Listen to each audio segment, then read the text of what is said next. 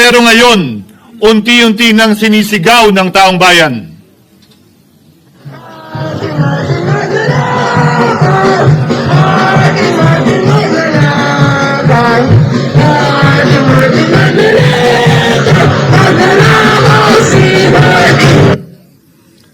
Pero Ginoong Pangulo, minamahal kong kasamahan, bakit tila sa Kamara, dito mismo sa Senado, at sa ilang media, ay hindi pa din nila kayang sambitin ang pangalan niya?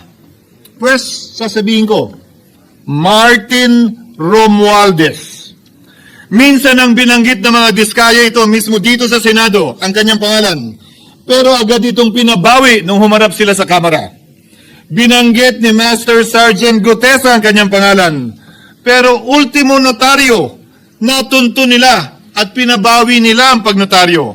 Buti na lang, huli na't nasabi na niya ang pangalan ni Martin Romualdez na pinanumpan dito mismo sa ating Blue Ribbon Committee. Hindi ba't si Ginoong Gutesa hindi ba't si Sergeant Gutesa lamang ang bukod tanging testigo na walang kinalaman, hindi sangkot sa flood control issue, walang hininging immunity, deal o proteksyon kapalit ng kanyang pagtestigo? Siya ang kauna-unahang nagtestigo na personal na naghatid ng pera sa bahay mismo ni Martin Romualdez. Ang salaysay niya, Ginoong Pangulo, ay kumpirmasyon ng matagal nang isinisiwalat ni Congressman Chanco at Mayor Magalong kung sino ang ulo sa paglilimas sa kaban ng bayan na ating naririnig na rin.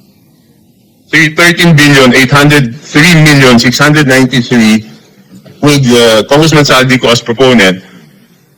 For the record, ang binabanggit po nating Representative Elizal Bico, siya po yung chairman ng House Appropriations Committee. Walang kaduda-duda yan. Ito nga, hirap na hirap silang banggitin pa yung isa sa mga mastermind nila dyan, si Saldico. Hirap na hirap pa silang banggitin. May isa pang mas mataas sa kanya? Hindi naman gagalaw yun kung walang hindi naman gagalaw yun kung walang pahintulot yung mas mataas sa kanya. Just the House Speaker.